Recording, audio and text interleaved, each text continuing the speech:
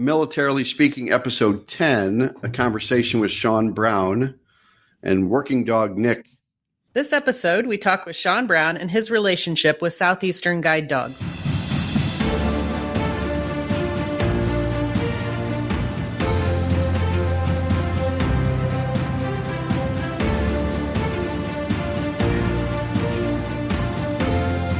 Welcome to Militarily Speaking, brought to you by Armed Forces Bank.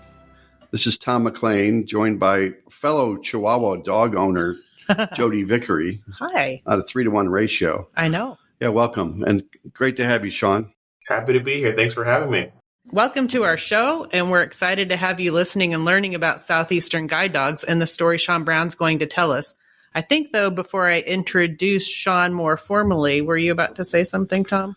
Well, I was about to say that we've enjoyed our relationship at Armed Forces Bank with Southeastern Guide Dogs. We received a puppy named Jamie, and that was back in September of last year. And Jennifer was great about making sure that 4 or 5 months after we decided our bank was going to get a puppy, that she made it a priority to make that happen. We learned it from AFIN, which is the Armed Forces Financial Network, because they also had a puppy.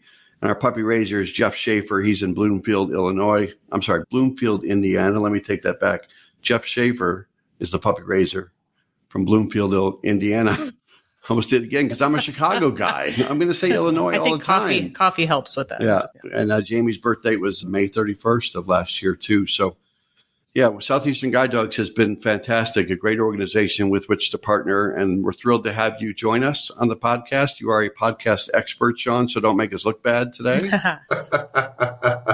And yes, that's what I had to say. I sensed that you had something on there's a couple of quotes, though, that I'm going to say later in the podcast. Perfect. And okay? Just to warn you, Sean, there's probably a really bad joke in our future in the next 20 minutes from Tom. It's okay. As a former radio guy, I'm used to them. Yeah, he's got. You might even share one with us that might get the audience to laugh because I can't seem to do that. Well, we shall see. We'll see. All right. Got to be funny. All right. So I am going to introduce Sean. Just a few things to say about you. Sean spent 7 years in the United States Army. Injuries cut Sean's time in the service short. And as a civilian, he's worked really hard to give the illusion that everything was okay. But anxiety and PTSD had threatened his peace of mind.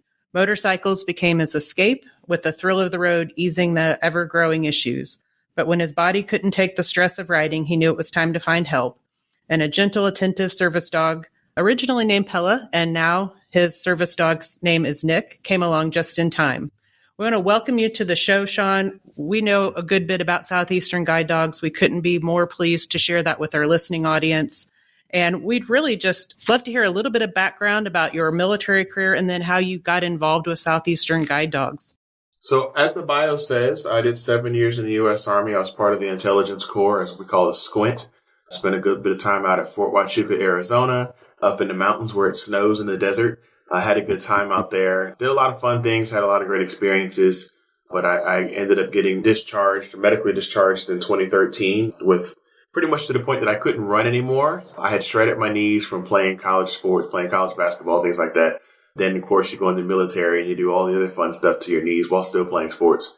And I got into a motorcycle accident and shredded my knee pretty bad. And that was all she wrote. I currently I've had 9 total knee surgeries at the age of 36, including a knee replacement, degeneration in my spine, and I suffer from pretty bad migraines. I actually got to get ready to go take my injection for the month. So we make lemonade out of lemons around here. Southeastern Guide Dogs has absolutely changed my life. Literally, I got to a point in my life where I was taking 16 pills a day. I was 285 pounds and really disconnecting from life. And it wasn't until the rage that comes with the PTSD poked through and a situation occurred. My wife looked at me and said, "Hey, you need to get some help." And help with Southeastern Guide Dogs. We found the guys were taking less medication. They were getting back in the community, reconnecting with life. And that was our goal. That's what I wanted. And Southeastern Guide Dogs made that happen. I came and got my first service dog in March of 2018, and it has been an incredible journey since then. It's been absolutely phenomenal. And you're now working with Southeastern Guide Dogs, right, in a philanthropic role? Yep. So that journey has included that. I went from when I first got Pella, I was working 4 or 5 part-time jobs just to get by, and nobody would hire me because of my disabilities. I'm 100% disability, total and permanent. And Southeastern Guide Dogs turned around after I spoke at an event called Dining in the Dark. And they said, hey, we want you to come help push our mission forward. There's no better example than sharing our product than a product of our program. Right. So that's what we've done for the last almost 3.5 years now. I've had the blessed opportunity to really push forward for our nation's veterans the assistance that's available at no cost through our dogs. And I'm living proof. I mean, I went from 16 pills to 0. I lost over 70 pounds. I've reconnected with my family and, of course, moved to Florida. The dream is amazing. That's a trifecta right there. Yeah. It is. It is. You mentioned Beyond the Dark, which I think was the original program name years ago that you held an event down in Venice, Florida. And now you call it Beyond the Dark. Did I say that right, Jodi? No. Dining in the I think originally it was Dining in the Dark, right, Sean? Wasn't that a Bruce Springsteen song, Yes. right? Oh my gosh. That was Dancing in the Street Dark, wasn't it? Okay. So now it's called Beyond the Dark, but why don't you I'm the only one that laughs, but I got some more laughter on that one. So let's talk about the new and improved program that's coming soon in the fall, right? Again? So our best program, it's been around for almost 3 years, but of course, with the last 3 years of excitement that we've all endured that we won't name, it has taken a few hiatuses, but we are back full time. It's an experience where individuals can come and sit behind blindfold and experience what it's like to be visually impaired, simply just trying to go from one place to another to meet a friend. And then you get to also hear from a graduate from our guide dog program, someone that's living that life daily. And then you get to experience the military side of the house. So you're sitting behind blindfold and you get to experience what it's like to live through a night terror and feel that darkness and feel that loneliness and isolation.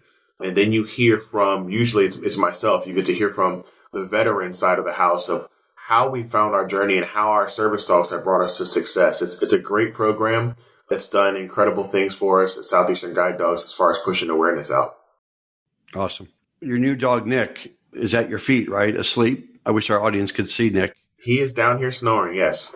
We saw pictures of Nick. We're a little biased towards Jamie. We have a nice black lab that is awesome for us too. So why don't you talk a little bit about how you were introduced to Nick and maybe even back to Pella, but how did you make the marriage?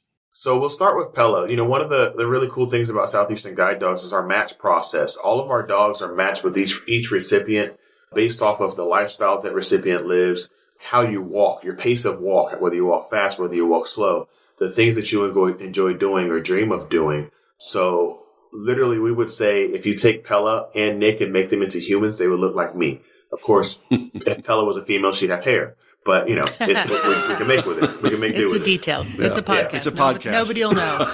Yeah, it's been incredible because, you know, for that few years that Pella was working, we were able to do things that I had only dreamed of again. I used to not be able to really go to Walmart and go places by myself without having to have somebody with me. Pella made that possible because she was always looking for, you know, covering my six is what we like to say, looking for the things. And that match process is what our instructors put together to really make sure she's focused on that. And I'm a musician as well.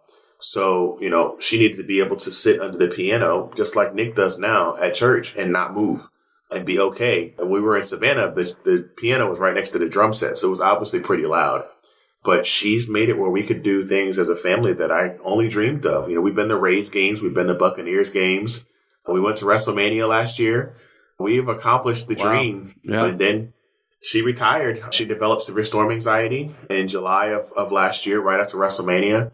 And she had to retire. It was a tough hit. It was very much almost a grief-stricken moment for a little while. She's fine.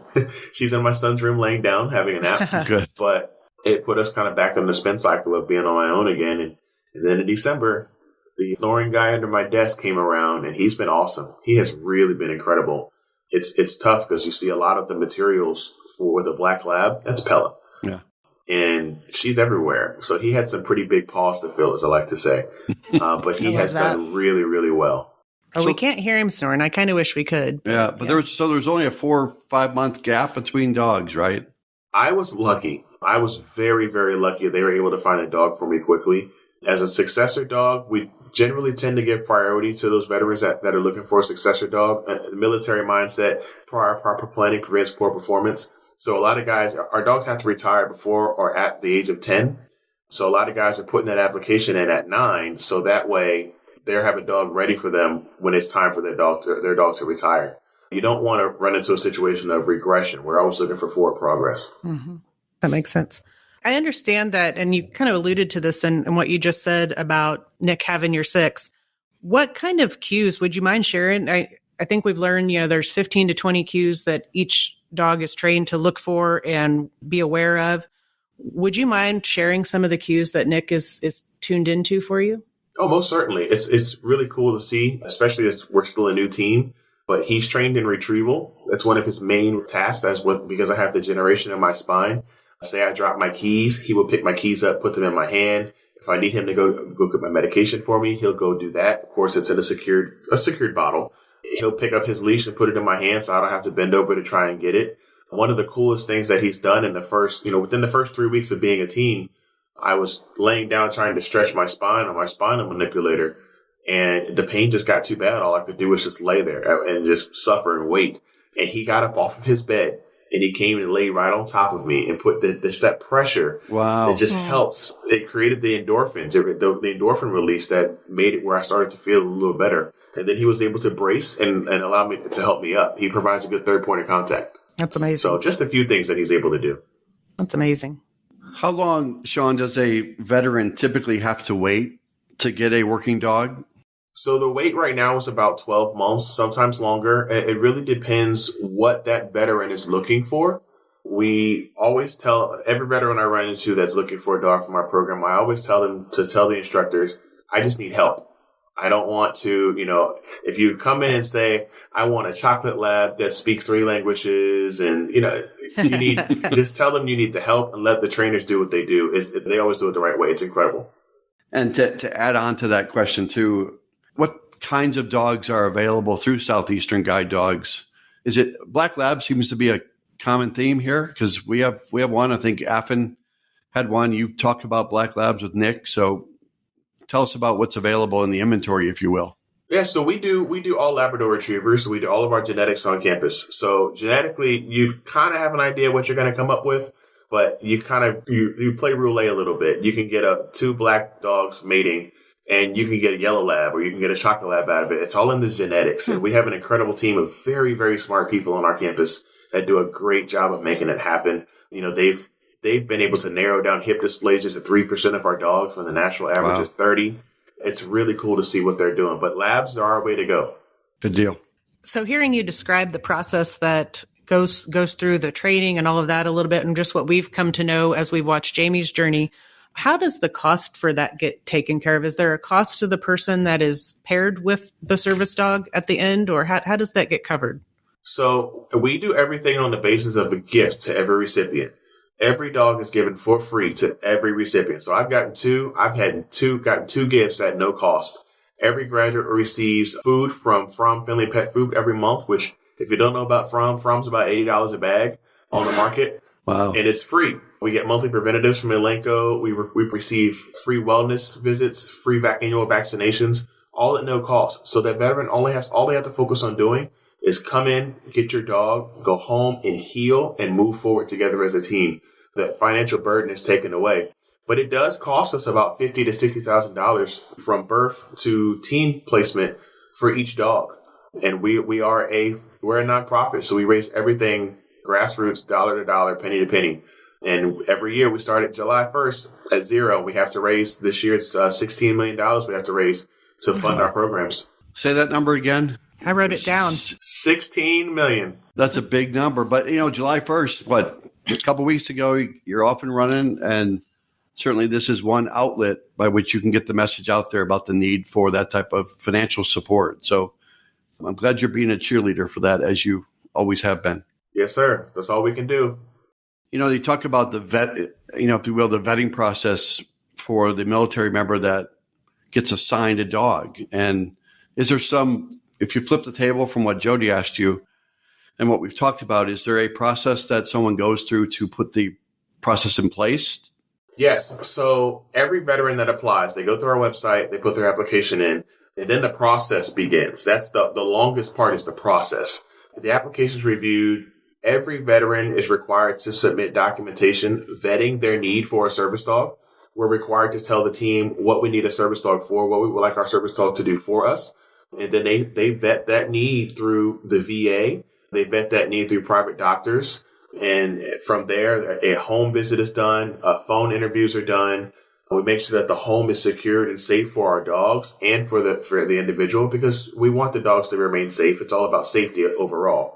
But that process leads to a phone call that you get. In my case, I got the call when I was leaving the VA after a really bad day saying, we have a dog for you. Welcome to class.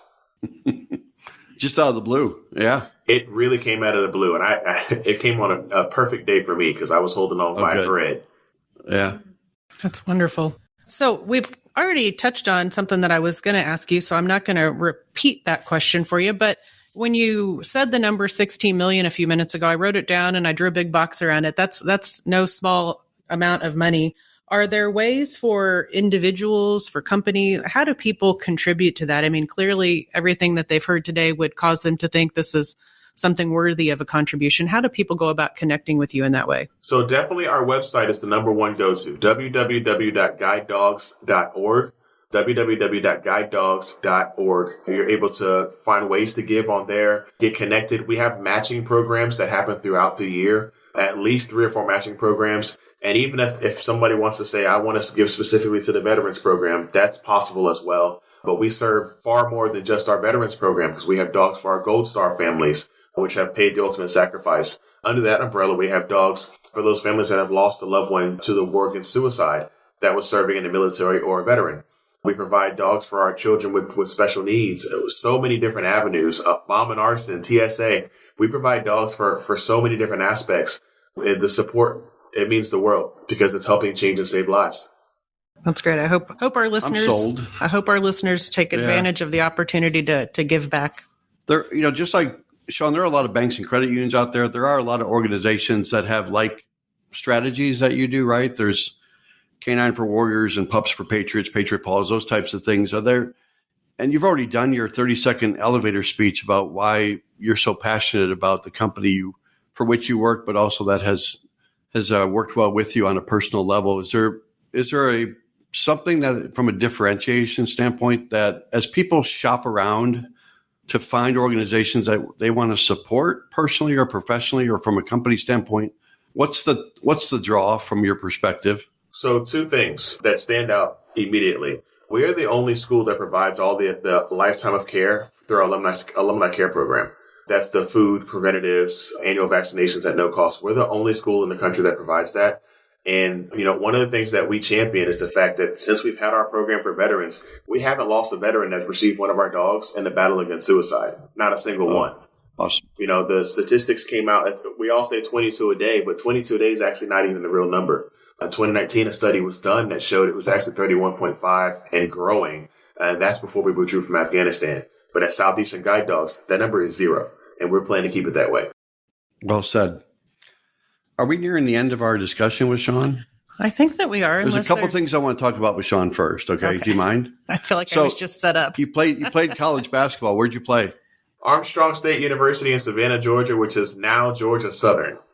Okay. And the other question is, you said you were a musician. Yes. What do you play? So I play piano, sax, and drums, and I'm actually the worship pastor at my church down here in Bradenton, Florida. All right. Very good. Do I have any more questions for him? No. Before we end, I have once 3. Again, I have been set up. I have three really quick quotes about dogs. Okay, you ready? You'll like these, Sean. You ready? Okay. In life, it's not where you go; it's who goes with you. That said nothing about a dog. It's coming. Okay. Life is undeniably better with a dog by your side. Okay. There's a dog, and then the final one is, when I needed a hand, I found your paw. Oh, I like that. Oh, that's good. I saved the best for last because the other two were marginal. Because the first one had nothing to do with the dog. The second one had dog in it. That's pretty good. I like the last one. Yeah, you can use that one too. It was said by Tom McLean. No, didn't make that up. I can't take credit for that. It's too good. Oh, wow. Yeah, no, I think I don't have any more questions for you, Sean, today, unless there's something that we haven't thought to ask you about Southeastern Guide Dogs that you would want to volunteer to make sure our audience knew about. Well, we always look for the support. We're always looking for puppy raisers to help. They're the backbone of our program. So anyone who's looking to raise a perfect, wonderful puppy and then bring it back in so they can become a superhero. Everything's education based. So they go to college, they pick their major, and they pick their job career. But we need that support as well. So puppy raisers are welcome. Great. And do you have to have any special knowledge or skills to do that? Or you just have to be willing to take care of them? You got to be willing to take care of them, and we help train you. We do monthly training. Once or twice a month, we're able to get with a team of people in your area or do it remotely. And they're able to learn what it is and provide these puppies the best experience possible to lay that foundation groundwork to become a guide dog or service dog. Very good.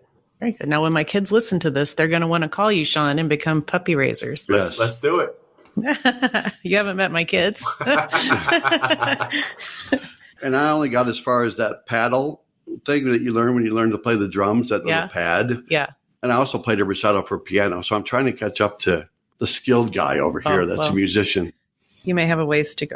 Still learning. I just go to concerts and I get to hear all the jams that way. So very good. All right, you're up, Jodi. So if you'll hang with us for just a second, Sean, we'd like to do a little thing called the Military Minute at the end of each of our podcasts. It's a little fun game that we play. Called? It's called the Military Minute. Okay. It's always a quiz with you.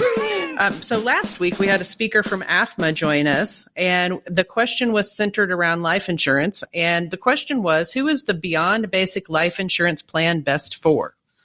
It was an age group. It was an age range, right? Yeah. So if you posted 18 to 44 on our social media post, then look for an opportunity to see yourself announced as the winner, and someone will be in touch with you for our prize, which I'll talk about in a moment. But for our question for Military Minute this week, we're going to relate it, of course, to Southeastern Guide Dogs. And the question that we have, so don't answer, Sean, because it's for our audience, and you probably know the answer, is veterans train on campus learning to navigate with their dogs for how many days? So how many days does a veteran train on campus and learn to navigate with their dog? That's not a trick question, right? It's not a trick question. And this is a time frame again. Time frame. People are going to have to do a little digging. Go to the website that we have talked about, www.guidedogs.org, and see if you can find the answer. And when you find it, post it on our Facebook or Instagram account. And if you're selected as the winner, you'll, of course, get that $50 for yourself and $50 for a charity of your choice. We love that. We do. We do. But thank you again, Sean, for spending some time with us today. And please be sure to learn more about Southeastern Guide Dogs. Again, one more time at www.guidedogs.org. And just remember that number is 16 million. 16 million. That's resonating with me. Yes. But if you enjoyed today's episode, go out to afbank.com and subscribe to the show. Also, make sure to rate us and leave us a comment on your favorite podcast platform, such as Apple Podcast or Spotify. Sean, well done. Thank you so much. Thank you. We applaud you, appreciate you, and we respect you. Thank you for joining us. And I hope your podcast comes back soon so we can listen to you as well. I hope so. You'll know when it comes back. Sit, Stay, Speak from Southeastern Guide Dogs. We actually were at number 8 on the charts at one point in time. So we are number 1 on the charts right now. But there's been only in our own mind. There's only one company that yeah. On the chart in Tom's office, we're number 1.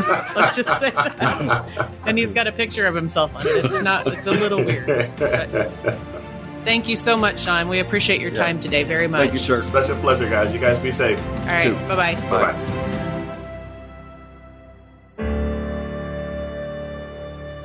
Copyright 2022 Armed Forces Bank, member FDIC, equal housing lender. All non-Armed Forces Bank owned apps, websites, company names, and product names are trademarks or registered trademarks of their respective owners. Their mention does not imply any affiliation with or endorsement by Armed Forces Bank of them or their products and services. They are merely used as examples of the many available apps, companies, and websites that offer similar services. Before using any app or website, you should carefully review the terms of use, data collection, and privacy policy. Apps may have an initial cost or in-application purchase features. This information is general in nature and is not intended to be legal, tax, or financial advice. Although Armed Forces Bank believes this information to be accurate, it cannot ensure that it could change. Statements or opinions of individuals referenced herein are their own, not Armed Forces Bank. Consult an appropriate professional concerning your specific situation and respective governing bodies for applicable laws, such as IRS.gov for current tax law. Armed Forces Bank, the Armed Forces Bank logo, and the Militarily Speaking logo are registered trademarks of Armed Forces Bank.